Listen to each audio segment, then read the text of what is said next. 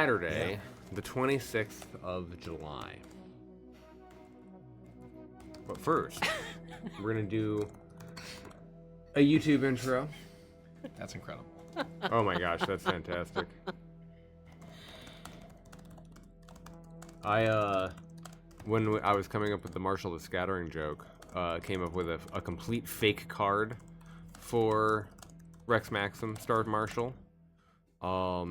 It costs 2 colorless ether and 2 comets to cast. It's heroic. He's a heroic martial hero, human, cowboy, playboy, star. Those are his creature types. When Rex Maxim enters the field of honor, all squadrons must salute, tapping them once, activating any turn abilities, and then untapping. Rex Maxim then gains +1/+3 for each lady who accompanies him, sharing a row with a lady ally. Is it capital L lady? Yeah, capital lady as a creature type, right? And gains swagger. Once per turn, you can pay 1 comet to attempt to scan check by revealing the top card of your foe's hidden deck. If the card is an alien, you gain 1 Xenoclue counter. He has starts with power 3, stature 4. That's the Rex Maxim. You can't call it power. Oh shit! What do we call it? Because what are we calling it? Because toughness has changed, so power is the same. What are we changing power to? Like attack. Attack? Or fighting man. Fighting man. Fighting power. Fighting ability. Combat. Force. Combat and stature. Done. That's the Rex Maxim Luster Ultra Flash card. Text everybody. Man, I wish I had that card. I know. I mean, it's almost as good as Rex Maxim's Rhinestone, which is really just a very powerful mana rock. Soul Ring. Soul Ring ×2. 1 to tap for 4 colorless.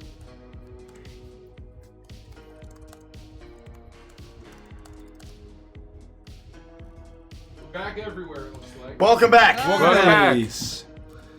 If people are going to trickle in, we're going to give everyone 60 seconds. And then more time. 60 seconds seems arbitrary. And we're going to play a little bit of this. I believe the coffee is done. This anthem that also is Stardust. Oh yeah, you don't have to. And Rhapsody. Where the hell is my mug? My ding dong orange mug. Is it up there? I may have brought it over there to on top by the coffee pot. I like it when you say ding dong. Thanks, brother. Ding dong is funny. Yeah, it's my. I don't know. Gary Goodberry kind of has his evocative. His language changes. I'm glad I bought Red Bull. I would not have survived today.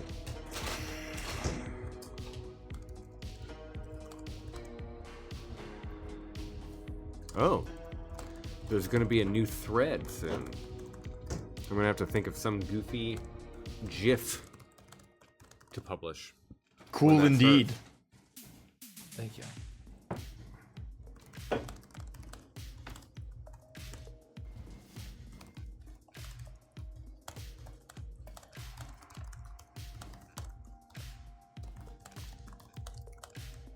I upset a lot of people, I know, in the Discord for About saying what? GIF. GIF. And I'm tired. I'm tired of having this conversation. Just don't have the conversation. Whatever. Just pronounce the word. They're both correct. I'm tired. It's like saying that soda or pop is wrong. You know, it's a regional internet thing. If you grew up on GIF, then it's GIF. Yeah. If you grew up on GIF, then it's GIF. GIF. There's no rule in any language. There's no, you can't be like, oh, do you pronounce it graphic? So there's a million other examples of G, and if you're gonna use that logic, it doesn't work. Everything falls apart. It is simply regional. If it works for you and it sounds correct to you, great. But don't attack other people. Just don't. That's the thing that jerks them. Is the fight doesn't need to happen. Everyone can just be happy with their GIF or their GIF. Touche.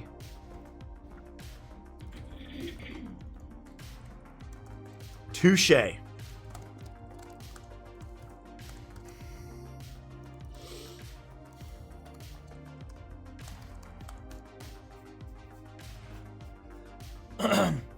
Where I came from, it was always GIF, and and that's fine. it wasn't until years after I'd been using it that it became a thing. Well, GIF really surged after our generation. I think that our age, GIF was. I think there's a lot of by people. default. There's a lot of millennials and elder millennials that still say GIF. Yeah, and Lauren says GIF, Yeah. right? But I like, say GIF. we don't fight about it. Yeah. Can we get Ziggy in a Halloween horror one shot? That's very funny. Oh. I think similar to Briggsy, where Briggsy is sort of the most outrageous Edge of Midnight character, and then he seems like the tame straight man in a Halloween one shot. Ziggy would be that for that one shot, right? It's like Ziggy would be so out of his element. I have no idea what that would turn into. The answer is you can, but will you? Would I? Clear eyes. Would you? Would I?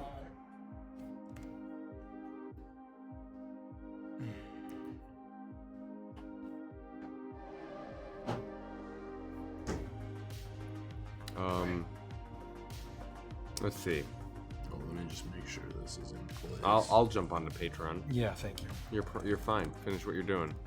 Boop boop boop. Beepity bop. Okay. Did we hit? Jules asks, any tips for playing D&D with children or young teens? Did we hit that one? Oh, yes. I do have a tip.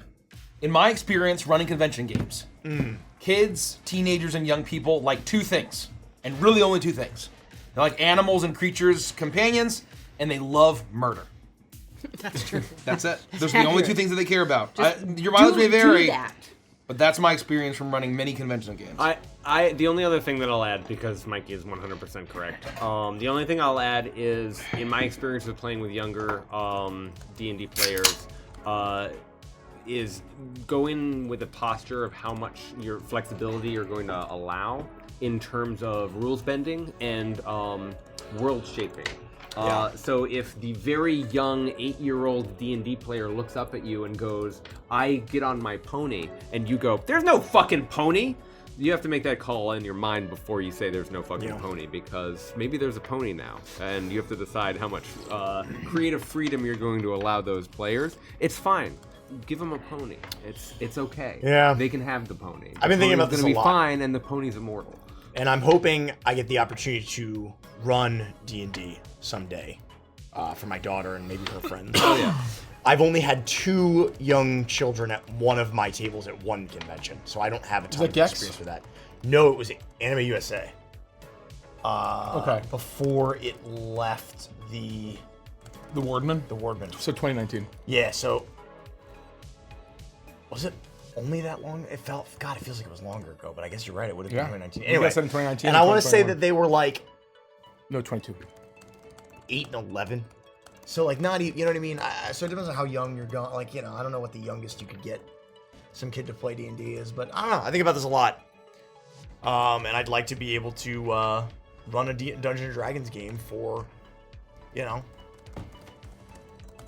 around the 8 age. I think 8 is a good age. Maybe 7. Maybe 7's good enough. I think it's a perfect age because there's so much imagination there. You can run into the obvious conceits and do really, really amazing things. Like that, I like new players and I like young players because they'll surprise you. Yeah. Older players tend to lean into patterns that I've seen them time and time again. I've told the story about when I DM'd for those 2 younger individuals, and one of them just came up with a very clever idea, and I was just like, yeah, we're gonna mechanically figure out how to do this because it's fucking awesome. Right. Let's do it. Right. Being able to say yes in those contexts is really fun, and then all you have to do is sort of lean way back on the math, because the math is actually great learning. What is 1d6 plus 3 tell me very much? You're already doing a great mental work. It's the best thing you can do with your brain as an adult, and that's also true for learning at that young age. We played it at a table at GexCon. Do you remember that? I think you were at the table. Mike was DMing, and they had to leave early. They had to leave early because their mom came and said, "Hey guys, we're leaving." They were all in. They were very all. They still love murder. That was one of the best, but one of the first and best sessions I ever ran at a convention. I forgot about that. They had to leave early. It was a ton of fun though. That was good. And they did great. One of them was a monk and was just dumpstering everything. Well, and then the one that was the rogue, and it was so interesting watching their minds. Like, okay, there's a Chul and they're listening to everything that I'm saying. Yeah. And so then I kind of, someone used a spell, and I mentioned a crack on the shell of the tool. That's and then right. they wanted to, I'm gonna engage with that. Yeah. Because they're not thinking, oh, well, in the game rules, I can't do whatever. Like, they're thinking, Nah, fuck it. they don't have the baggage. The Chul And stat block it- doesn't have a weakness. It's almost like this blue ocean thinking that allowed them to engage and interface it in a way that was Yeah. totally Well open said. and imaginative, that was so fun to run. And I'm like, let's fucking try it. That's what I mean by surprise. Let's fucking try it. And it was so fun. I've told the story before. I'll just tell it again because it's one sentence. We gave them pre-generated character sheets, and on one of the character sheets it said like lantern and oil, and the young girl was like, "Oh well, can I just like throw oil and like fire at this thing?" And I was like, "Hell yeah, you can!" Yeah. Like roll to hit, and we'll make it a half fireball, 4d6. You know what I mean? See what you do, fire damage. Right? Just fucking make shit up. It doesn't matter. You can do whatever you want. You're the GM. I can do what I want. All right. I think you'd make a great dad someday, Andy. You should really One consider of it. these days. Oh fuck! Not yet. One of these days. No, but someday. I think. Well, I better step up my game real fucking quick, I Nikki. think you're on your way to becoming a good dad someday. Jesus, that's the meanest thing you've ever said to me. Okay. How's everybody feeling? Good. I'm pretty sleepy. I'm Ready to rock and I roll? think I need some more Star. I have a Wars to YouTube wake me intro, up. Thank but you, it's not the Silent same. Toasted. I have to really lock in how I've been doing these YouTube intros. I fucked it up last time. I think I fucked it up the month before. So I got one. I'm ready. I'll believe in you. Okay. I need to like standardize how I do these. Yeah. Because I've been fucking it up. I'm sorry. No. All once. Damn it, Andy. I know. Can't do anything right. All right, Andy. You changed your last name to Latrine? Does everyone have Used to be Shithouse. Jesus. That's everyone. Coffee and drinks. Love I'm good. Robin Good. Hood Ready. Men in Tights. It's such a good I'm ready. movie. I have. Yeah, let's go. I'm good. Yeah. All right, here we go. YouTube intro. I'm ready. Mm-hmm. Okay. Welcome back to another episode. No, of- sorry. I'm sorry. I had the dinner. Holy breakfast. Now this is the one I'm gonna fuck up. Holy That's not shit. Rich's He fault. was on the way. No, that's not He Rich's was fault. on the Andy track. was about to flawlessly That not was say. That is not Rich's fault. It's Rich's fault. It's not. It's not. Now. But I am gonna fuck this one up. It's gonna happen. Because It's as you're inevitable. doing it, you're gonna think about shit mouth, shit jaws. No, I'm not. And then you're I'm gonna be gonna- screwed. I'm over Shitbag Junction. Don't say that. That's a new one. That's gonna get me I'm going. over- Okay, fine. You'll think about sloppity gutter pipes. That's pretty good. Been there. Floppity dangle pipes. Everybody ready? Wipes. Don't fuck it up, Andy. Welcome back to another episode of Stardust Rhapsody Anthem. We would absolutely love it if you would like this video, subscribe to our channel, and check that bell so you never miss an episode. And of course, while you're doing that, we got a few different ways that you can support the stream. You can become a channel member right here on YouTube. You can go check out our merch shop. We got a lot of really great stuff debuting at Gen Con, which you can find on our website soon. You can become a patron over on Patreon. It's awesome because you get so much stuff in return. And lastly, but not leastly, go to thecrookedmoon.com and pre-order your copy of The Crooked Moon today and find The Crooked Moon on D&D Beyond. Go check it out. Thank you. And it's that time again for you to grab your instruments and lend your cosmic chorus to our Stardust Rhapsody. Let's jam. Some say the universe is a song, that all things are made from the same stuff as the stars, and that every life is a note in the music of existence that echoes through infinity. So when you feel insignificant and alone, just remember, we're all irreplaceable parts of that grand cosmic melody, the Stardust Rhapsody.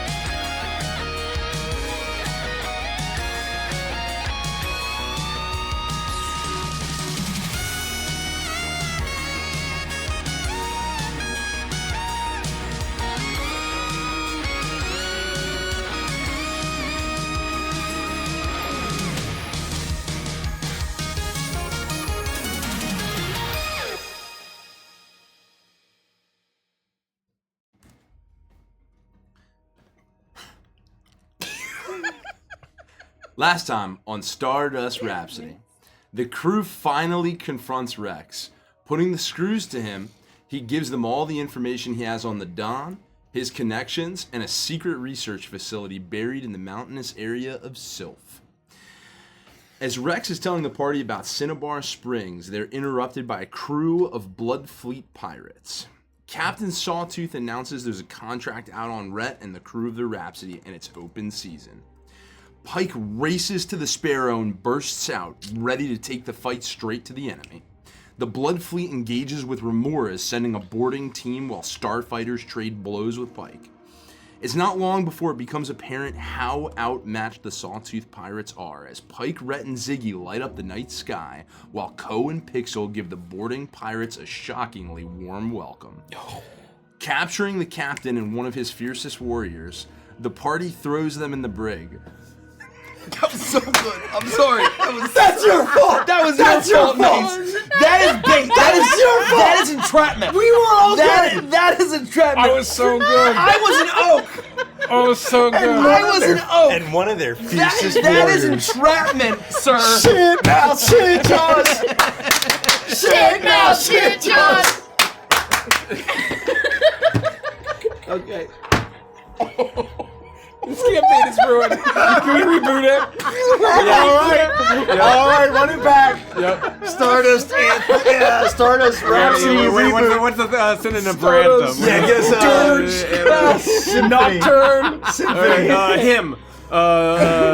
Carol. Ballad. The party throws them in the brig. Confronting Sawtooth, they find out the Scarlet Eye has video of them and has put a hit out. The party decides to head to the secret research lab, now knowing that they need something to put the Dawn on the back foot. Bringing Rex to the town to get them to the facility without raising issue, they find the place totally and completely devoid of life. An eerie silence marks their ride to the lab, interrupted only by the roar of their bus's engine. It isn't long before they find what they were looking for, and more. Coming upon Site Omicron, they find massive blast doors built into the hill burst off the hinge. Not inwards, but out. That's concerning. The bus pulls up at the end of the dirt path. You see a guard tower outside, the metal bent and twisted forward, a gun turret hang lazily off the edge, pointing downwards at a 45-degree angle. You see what looks like clearly massive metal reinforced blast doors bent and bowed outwards. They lay 20 feet from the mouth of what you now see is Site Omicron, almost buried into a tree as you open into this clearing. Well, it definitely didn't look like this the last time I was here.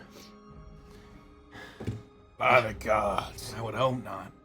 Did anything you ever take out of here? Was it that big? Could it have done something like that? We killed one of them, Ziggy. We saw them kill each other. They absolutely could have fucking done that. I just meant here. There are procedures in place for this kind of thing, though. I mean, those creatures can't just run rampant inside. I've never, in all my time coming here, I've never seen one break free. Well, let alone out. Whatever it was or is now out here, so I'm going inside. Yeah. Look at this place. Site Omicron. No Chimera logo. No branding. Entirely plausible deniability. Concrete and steel. How big's the guard tower that's been at a 45-degree angle? Is it very clear that something gigantic had to have done that? It doesn't pierce like the canopy of the trees. You know, it doesn't kind of like extend super far up into the sky, kind of like drawing attention around. But it is a sizable reinforced steel metal structure that you give it a quick inspection. And you would draw the conclusion that something of really almost obscene brute strength would have had to bend the metal in this kind of way. And not just that, but roll an investigation check for me.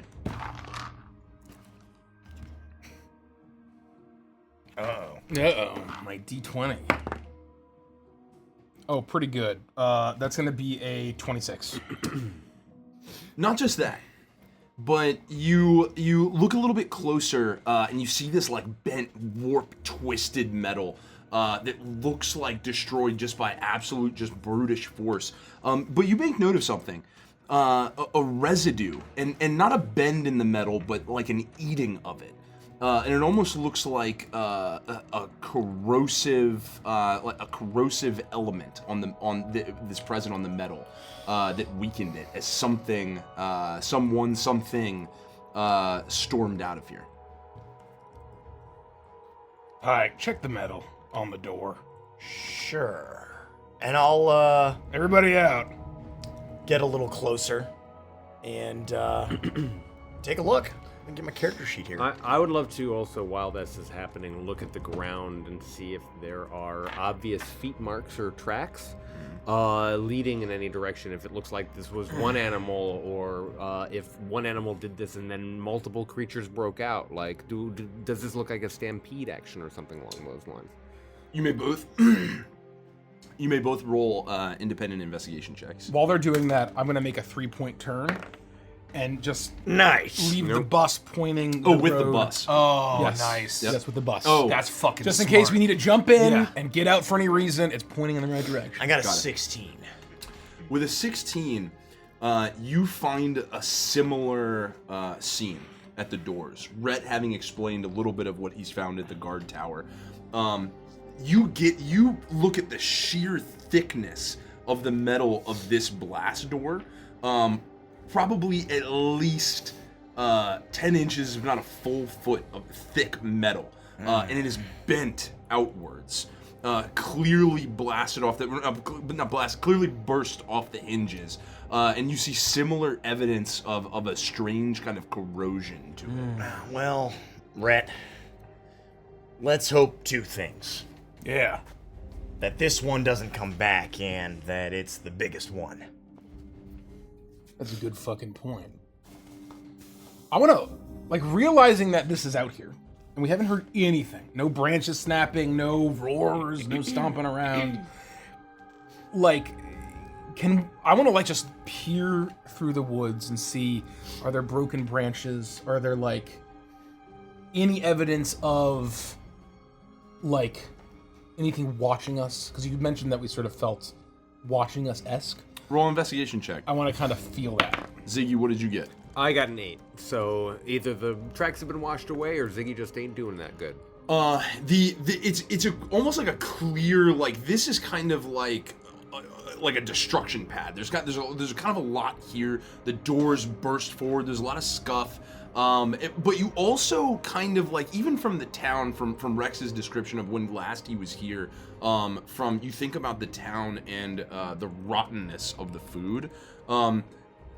It would seem, if those two things are potentially linked, it would seem as though probably a lot of time has gone by, and to find any kind of, like, evidence in the ground, you just can't quite find something that points you in a strong direction. I'll look at the ground and I'm making this assessment, but I'm immediately distracted by Rhett's eyes following the tree line, and I watch him as he seeks what he's looking for, and I'll say, it doesn't make any sense.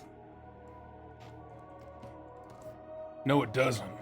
If everything's gone, where did these things that escaped gone to? Did they take all the insects? Did they take the birds? Did they take the people? And then where are they? What was your roll? 23.